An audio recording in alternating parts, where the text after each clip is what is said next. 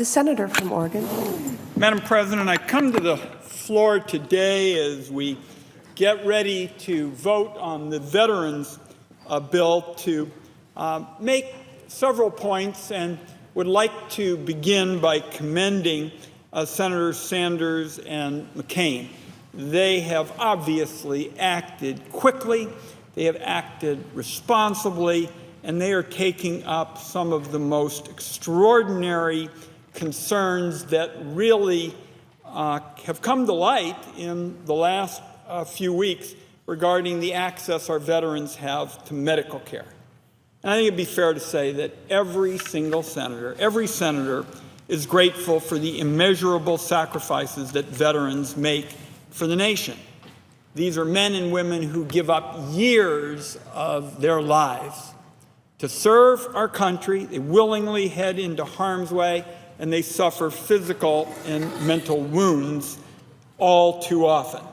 And many of the veterans of the wars in Iraq and Afghanistan, and I've seen this in my home state, have volunteered for 3 and 4 and 5 tours of duty. What's indisputable is this: the Senate understands that when our veterans come home, the health care services they receive must be second to none. I believe that strongly, and I believe it is a concern widely shared here in the Senate. And that is why, Madam President, the reports of long wait times and falsified records are so appalling. The VA audit that came out this week showed, for example, how hard veterans in my home state of Oregon have been hit. More than 3,000 Oregon veterans couldn't be seen by a doctor within 90 days at the Portland VA facility. Nearly 3,500 faced the same wait times at the Roseburg VA facility. Many Oregon veterans who rely on the Boise and Walla Walla facilities got similar treatment. An investigation, moreover, is underway to determine how things deteriorated so rapidly. It's pretty obvious that these kinds of findings, Madam President, are inexcusable and they are unconscionable.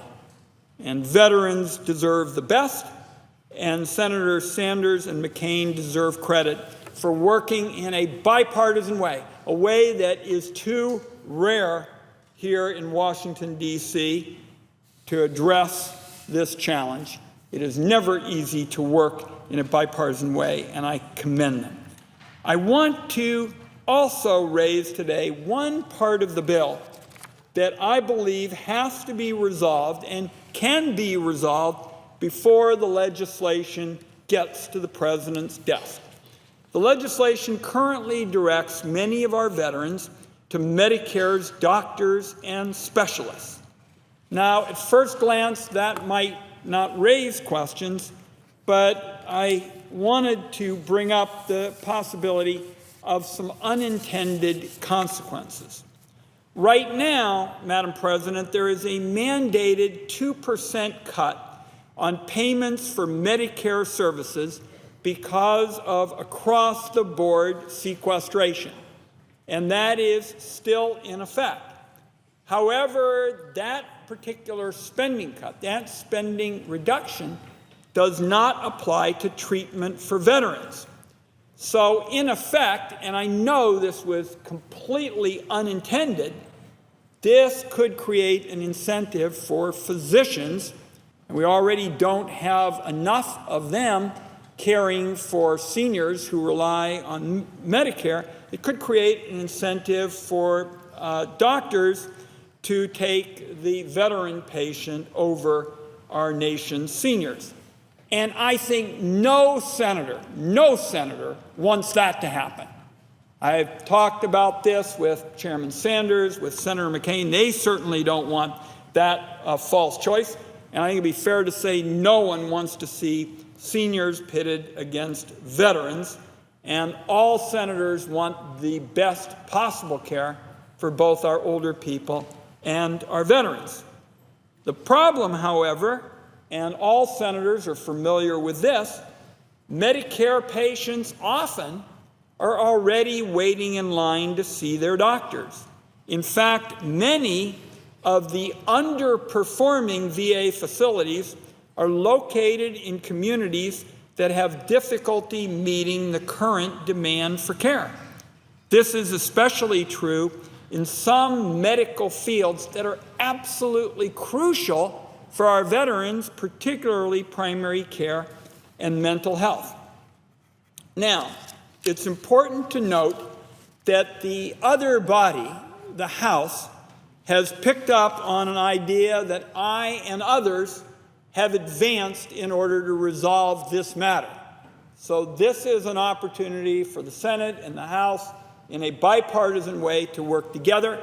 I've talked to leaders of the Veterans Committee in the House, and my sense is that we now have the House fully supportive of a way to resolve this issue and ensure that despite the fact that the veterans' funds are not sequestered and the seniors' funds, the Medicare funds are, there would be a way to resolve this, and that would simply be to stipulate that any credentialed provider could contract with the VA to treat veterans.